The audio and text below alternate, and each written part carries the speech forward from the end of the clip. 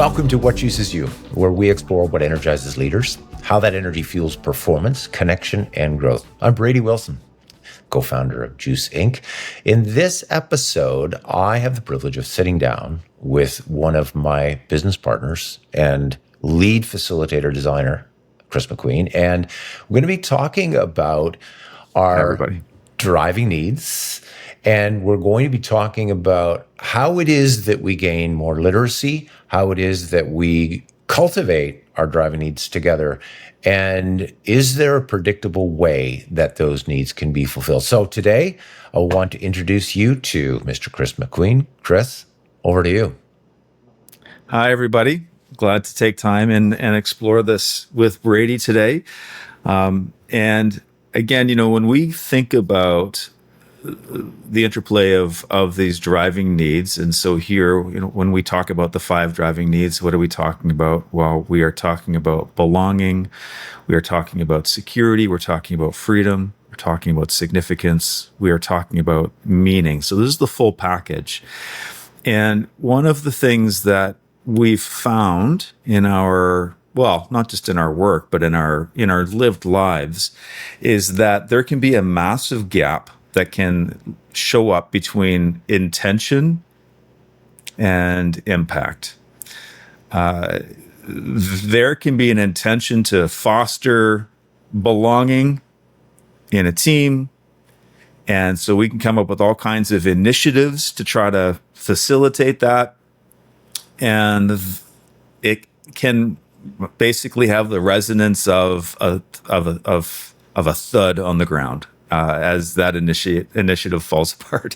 And so one of the things that we want to talk about is, it's a beautiful reality, actually, that developing and fostering and actually growing this stuff, cultivating these really beautiful needs, meeting these needs, it actually doesn't have to be very complicated. It's not always easy.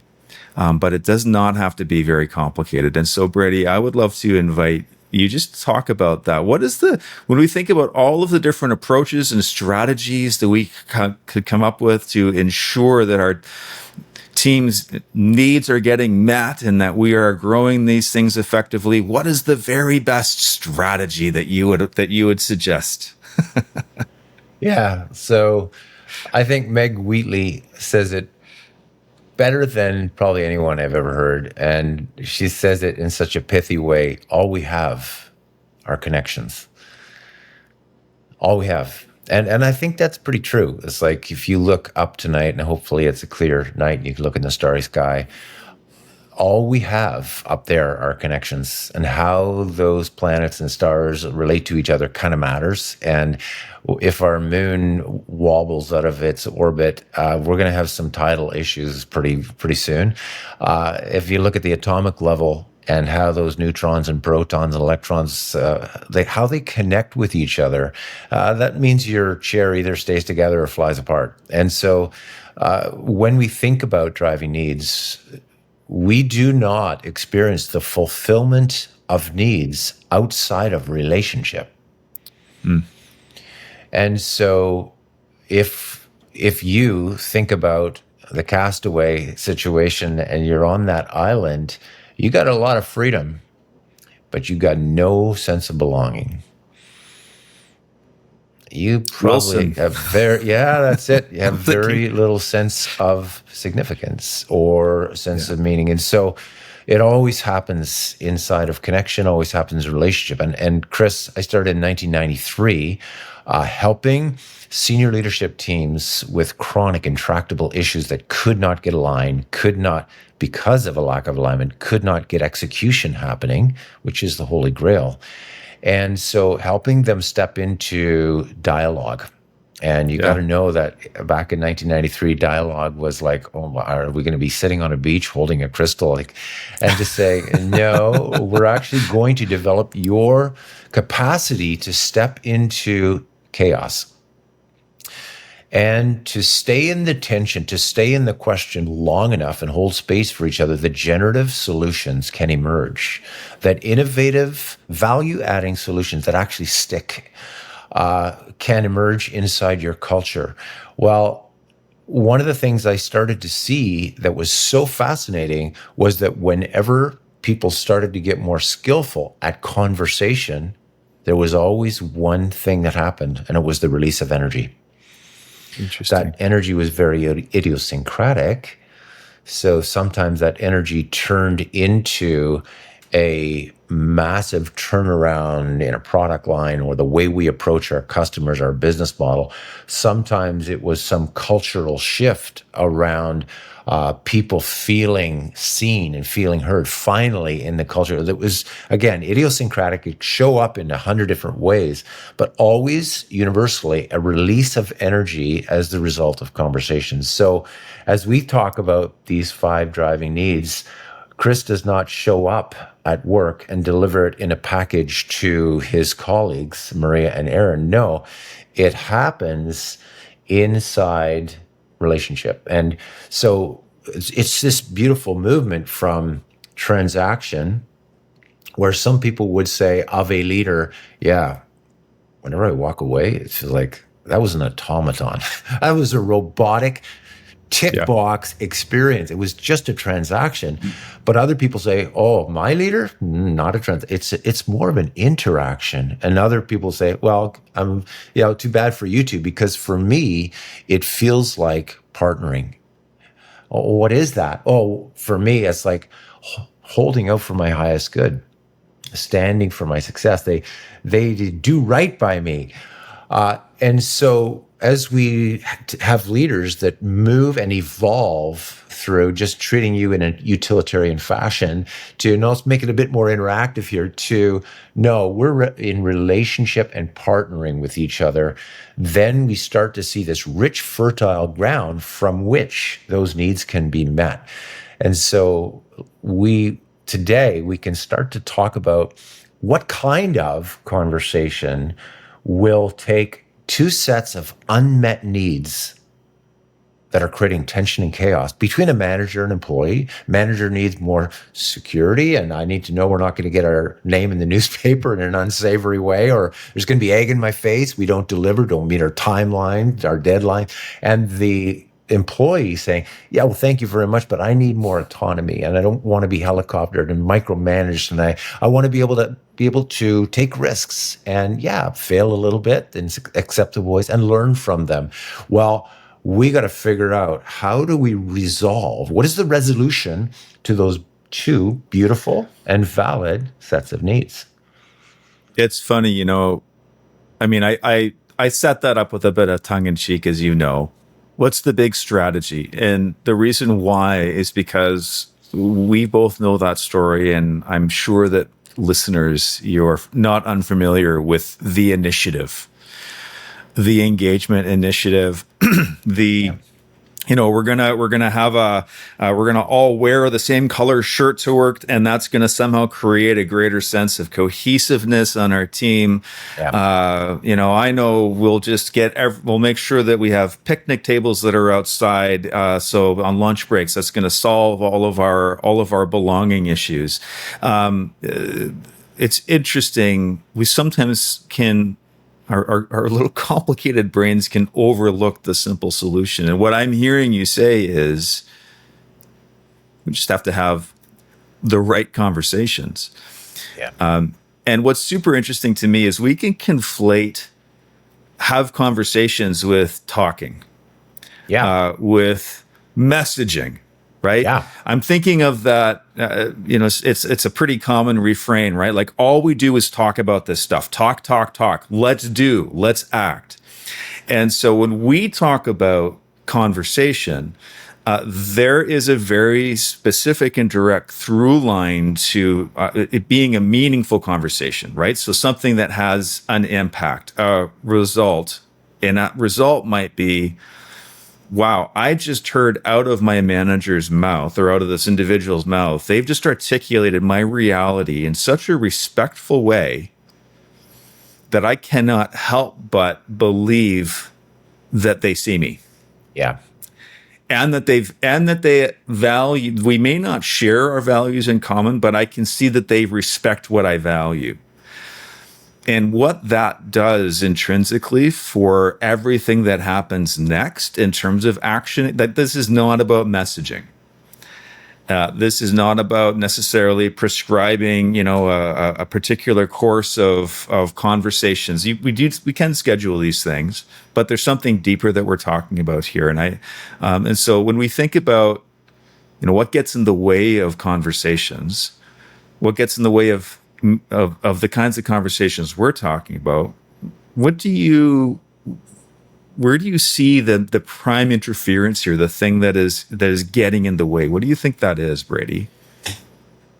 I love the question. I'm going to start with getting people to imagine themselves back in the whatever Neolithic age. And so you are in the clan and something happens that creates a massive disruption, and you have an interaction with the clan leader, and before you know it, there's such a rupture in the relationship that you are shunned and you are sent packing from the clan with your 2 children. Well, the first thing that you realize is life is now about to become incredibly dangerous for you, because you now have to forage by yourself, and you don't necessarily know where everything is and which things are poisonous and which ones are not.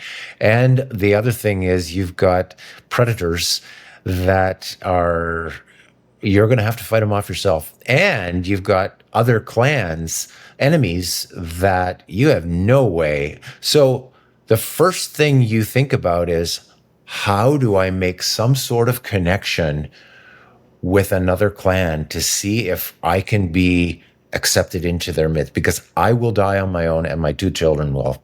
And so the first thing, Matt Lieberman, in his book Social, if you just let your mind go for even a few seconds, the first thing it will turn towards is some form of thinking around connection. We're wired that way. But it doesn't stop there. And so I'm going to get to, Kris, what are the barriers? But first of all, can we make some form of connection? So I'm now walking up to the cave, and there's some sort of an overture of, can I be accepted here? And if that connection can happen, the very next thing that happens is we start to see, can we understand if there's an opportunity for me to be included, for the value that I can bring as a healer or a medicine person or whatever, how that might be valuable. And so is there an opportunity? And the very next thing that happens after I've been there for a few days is we start to coordinate activity. We start to seek some form of accomplishment in service of the rest of the clan. So those 3 things, connection, and opportunity or possibility, and some sort of co-creation of shared value, those are what conversation's all about, and allow us to get our needs met skillfully. And the barriers are that rather than connect, I will probably drive for some form of performance and productivity and accomplishment without establishing some sense of trust and rapport, because I just want to get stuff done. So I'm talking about in the business world. Yeah. Rather than seek possibility and have that innate understanding that our needs could be in competition with each other. There could be tension. So what is possible? Rather than do that, once again, I drive for an outcome. And so we have a person sitting across the table virtually or in person who feels that, you know what, I don't really trust you yet. I don't feel seen, to your point. I don't feel heard. I don't feel that you understand really what matters most to me. And secondly, I don't see any possibility or true opportunity for us to work together. and you are driving for some sort of movement and collective activity, no, not happening. So I think there are inherent barriers when we don't understand that the movement is an ancient movement. It's Right. an ancient movement from connection to opportunity and possibility to co-creation of shared value. And so we look at that as, in today's world, as an operating system. It's like, yeah, if you can do those three things, that's going to create a really good coaching conversation or a customer service interaction or a sales relationship, or, name them all. Those are all just apps, but they sit on that one operating system that allows us to get unmet needs met in a skillful manner. Yeah, and so when I'm thinking about just the drive to the outcome is what if I was to try to extrapolate. So there's a couple of things there. How do we step into conversations in such a way that we build the connections in such a way that they yield those kinds of and by outcome, it's not just the thingy thing, but we are actually in this partnership where we're holding out for each other's highest good, and things are going to be intrinsically and inherently better because we're doing this together. And hearing as well that sometimes our objectives can get in the way of taking the time to have some of the conversations that are going to make that happen.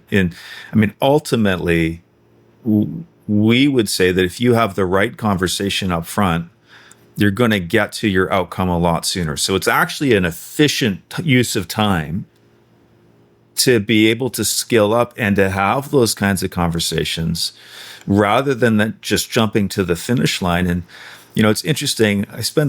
We both spend a lot of time hanging out with people with a tremendous bias to action. Yeah. Right. It is. I think I could say the word literally what puts people into the roles that they get. When we get a promotion, it is usually because of our drive to do, bias to action. And that's great in some ways because it does get things done. And what I heard you say is that can often short circuit good process and can get us. So, whether we are trying to forge our way into a new team, driven by a sense of desperation, driven by a sense of fear, that's not going to help us show up necessarily in the most effective way to build the kind of relationships that are going to make a difference. If we have a team of people and we can see the writing on the wall and we know we have to drive productivity and results, and so we bring out the hammer because this has got to happen, and we can short circuit all of the best energies that would result in the kind of thing that we really need. We might see a little uptick in some things, but a massive drawdown in terms of maybe the fabric of the culture that's going to fuel that long term. And of course, there are so many stories and examples out there of leaders, and we've both spoken very well of a certain Steve Jobs, famous for many, many things. And one also being not always taking the time necessarily to step in and have some of these conversations. And so there are, when we think about harnessing possibility, I love this. Yeah. I think if we go back to Meg for a minute and say all we have is connections, that means that in the conversation you and I are having about a particular yield or product or delivery or whatever it is that we need to materialize, this conversation then, it's not about me.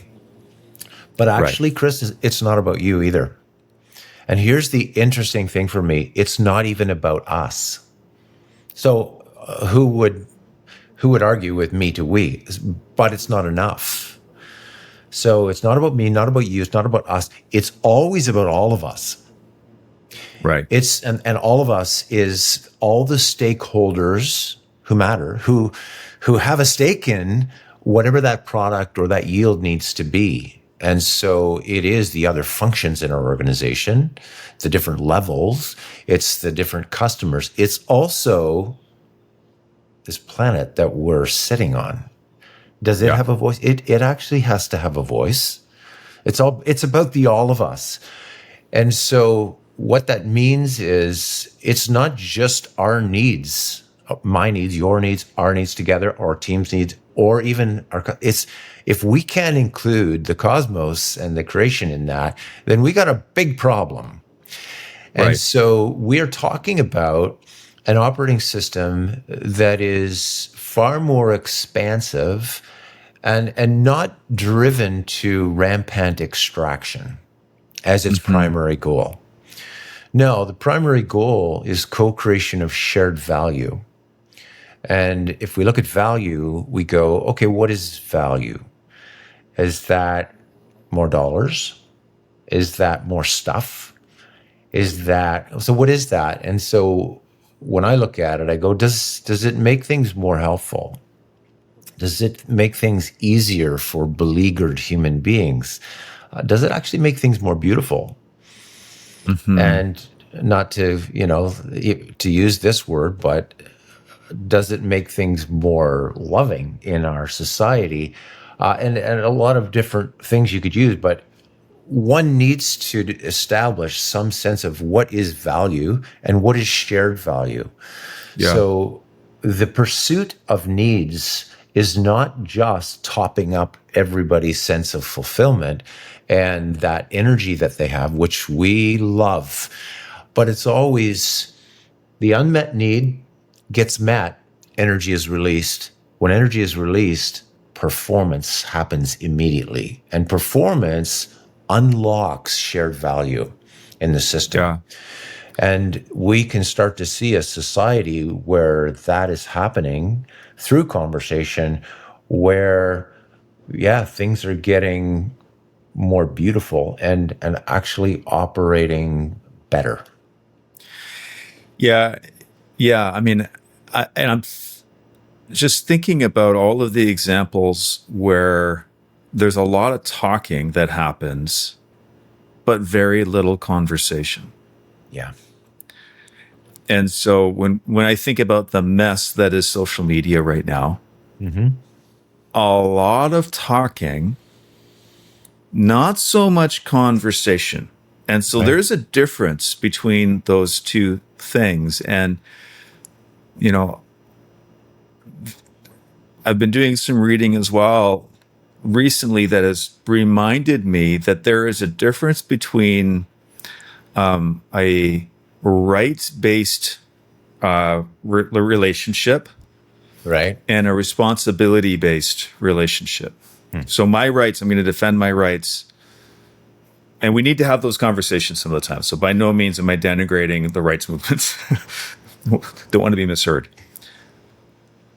And I will say that there is a very different outcome, though, when we can move actually past that. That would be table stakes in my world. Yes, we want to make sure that we have access to what we need. Sure. But what you're talking about, partnership, now we're looking at actually walking away with a sense of shared responsibility as well. And I think that can be something we want to know that we're signing up for. But I believe it is so worth it for us. But if you and I have a conversation and I take the time to find out what matters to you, and you take the time to find out what matters to me, we have now entered into something that is way beyond a transaction. I mean, well, it could be a transaction. If it turns transactional after we walk away from that and I leverage what matters most to you for my own ends and manipulate that, I could still have that option to do that. Sure. But when we talk about the kinds of outcomes we're looking for particularly considering the stakes that you just laid down, which is not just flourishing of businesses, but actually flourishing of families and relationships and societies and relationship to planet Earth. Yeah. The sense of responsibility and even that, as I say it feels like it's got some heft to it. But we put each other on the hook in a really beautiful way when we have these conversations. And the yield of that, this is part of the cost of it, but the yield of it is shared value that we co-create, that we both own. And I love that. And I just think that reckoning of what is it that I'm bringing, if I am not bringing a willingness to walk away with some sense of shared responsibility, I'm not really having a conversation with somebody. I'm talking. I don't know. I'm testing this out in real time, Brady. I'd love for you I to love reflect that. on that. Does that? I feel like you're tapping right into, we could geek out on etymology. That's not going to rev too many people up. But there is something in the word conversation that I think is of interest. Converter, it just means to turn toward. And there is something about the turning toward each other that I think is indicative of I'm going to do right by you. I am investing, and I'm actually psychologically investing by holding space, by listening, by taking time, by demonstrating curiosity in something that feels foreign, and I don't know if I really value it or not, but that investment says I'm holding out for your highest good. And so that is the movement from me to you, to us, to all of us. And Kris, you and I have, well, I'm going to just speak for myself. I have a superhero conversationalist, and I've talked about him for years. His name is Daryl Davis. And Yes. Daryl Davis is a gentleman who I think, nobody was running the 4 minute mile before Roger Bannister did it the first time. And as soon as he did, there was a cascade of people for whom the 4 minute mile became possible because Roger Bannister had done so. Well, Daryl Davis has done something in conversation in terms of turning toward the other. Right. The other who can feel very, very dangerous. The other who can feel like an enemy and feel like an object. But Daryl Davis says, no, you're not an object. You're a human being. And I'm interested in knowing how you think and how do you come to this belief system. So I might as well let the cat out of the bag and say, Daryl Davis is a black man who has attended Ku Klux Klan rallies, who has gone into the most dangerous environment that you can imagine for a black man. And he asks a question, how can somebody who doesn't know me hate me?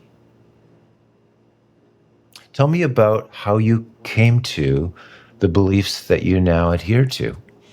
And he engages people in conversation. And here's the startling thing about Daryl Davis. He owns now a whole bunch of Ku Klux Klan gowns and hoods. What does that mean? It means that people in the Klan have engaged with a man who had enough courage to turn toward him, that he established a relationship with them, and they saw so much credibility and so much solidity in this man that they came to the point where they go, I can no longer embrace this ideology any longer. I want you to have this hood. I want you to have this gown. I am no longer part of the Klan. Now, that type of conversation has created a more beautiful world. That type of conversation has been generative. It has shifted the weather. Now, Yes. does there need to be more? Of course there needs to be more. But 200 Klan members who no longer go to Klan meetings and who are sensitized to the profound value of this gentleman, Daryl Davis. I think now that Daryl Davis has done this, it's up to us to figure out how we run that 4 minute mile. How do I become vulnerable enough to engage in the conversations with people who share a very different value system, who see things differently in the workplace, etc.? Can we turn towards it? Well, Daryl Davis says you can. Yeah. I mean, it's such a remarkable story. And as I hear you tell it, and I mean, we've had some of these conversations before when tapes were not rolling. But when I think about the condition and the state of many things right now, not just organizations, but the societal conversations that are taking place. So we're going to date stamp this a little bit. What is happening in the world right now? Well, it is a politically very tumultuous place. We've got lots of tariffs that are being, thrown back and forth across all kinds of different borders. We've got Israel and Palestine in what's going on there. We've got Russia and Ukraine and untold scenarios and situations. We have all of the noise and the disconnection that's coming from the socials and how we are communicating, if that's what we can call it, in that environment. And so why do I list, and I didn't even mention being at the dawn of AI, where we can now have conversations with something that actually has no life experience. And so why do I bring all this stuff up? Not to bring us down, but to just underscore that I really believe that the world is asking of us that we relearn how to have these kinds of conversations that generate more connection, not less, that yield more possibility rather than just my possibility, and that we co-create and own outcomes together. Right. So actually moving towards making things better. The world is actually not just our businesses, not just our organizations. The world is asking us to learn how to have these conversations. And one of the reasons why Brady and I really wanted to do this particular episode is because so much of our work is around driving and increasing literacy around the things that matter most.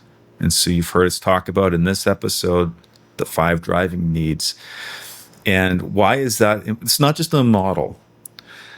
When we can, in conversation, begin to understand what the people around us need, not prefer, but need, and when we can find language for our own and start to understand the relationship between these two things, all of the rest of this becomes possible. In the absence of having coordinates about what matters most between two people who could potentially be partners, it's not. I don't believe it's possible. And so when we talk about the driving needs, understanding what is going on in the mind and the heart of this individual across from me, what matters most to them, what we discover really are the keys to partnership. I'm stating things very strongly here, Brady. I don't know if I would love to invite you into. Well, I love where you went, because just go back to 2005. So global recession, Arab Spring, and you've named Ukraine and Gaza. Throw in the Congo. I mean, that's not the way to say that. Consider the Congo. Yes. And we think of AI, we think of all the some of the elections that have happened, and all of these things have changed. Yes. And instantly, as soon as we say that, there's another part of our brain that there's a lot of things that haven't changed. Our need for connection has not changed. In fact, if anything, it may have amplified. So, and I forgot to throw in that little thing called COVID. And so, what did it do?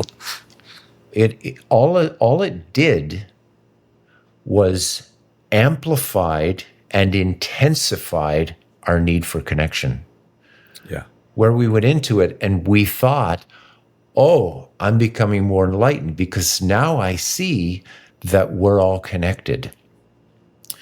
And then 3 or 4 years later, we realize the impact that we have profound disconnection, fragmentation, and disintegration.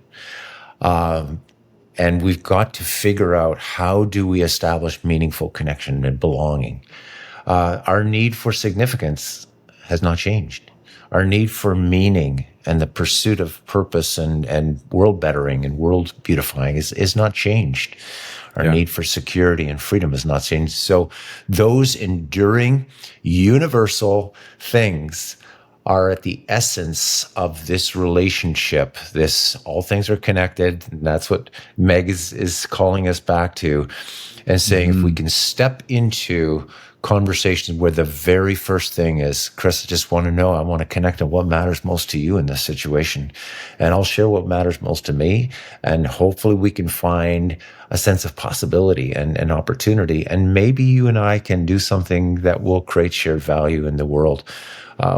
That's going to be something that's very useful for your teenager.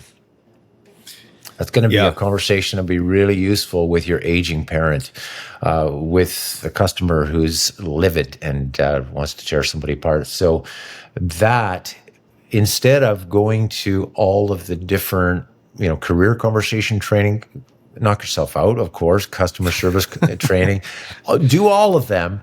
But what if you could just get really skillful at connection? What if you could get really skillful at asking the types of questions that release a sense of possibility? What if you could get really skillful at co-creation of shared value? Might that serve you in all of the different conversations you need to have every single day? So that's where conversation and our needs start to come together. And from what I would say as a very beautiful relationship. I love that. That feels like a very good place to land this conversation that we've had together. Thanks, Brady, for creating space to step into this with me. And if we can just speak to our listeners, breaking the fourth wall. Hopefully there is no fourth wall. Just an earnest desire to go and have the conversations that you need to have. I hope you feel compelled and provoked in all of the right kinds of ways to have the conversations that maybe you've been avoiding or sidestepping, that if you have them might just yield a better, more productive, kinder, more beautiful world. So you feel free to go and do that. Yeah. Now, thanks everybody for listening. Thanks, Kris.